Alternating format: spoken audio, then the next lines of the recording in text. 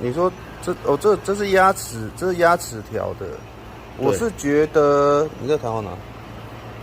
我是觉得是可以这边锁长的螺丝锁下去之后，然后用绞的把它往上拉。对，我是觉得是这样。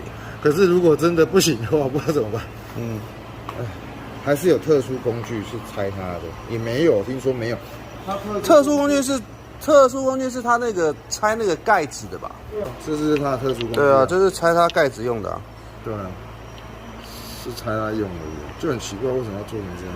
或者你用大力钳夹中间，但是因为可能会滑，所以我才说可能是因为拆起来里面这个都是油，对，所以不太好夹。我不知道。对，所以应该是要锁螺丝进去，然后锁一个比较长的螺丝嘛，然后再用杠杆原理把它绞出来。冷冰箱在绞。对，应该是这样子。这个真难搞。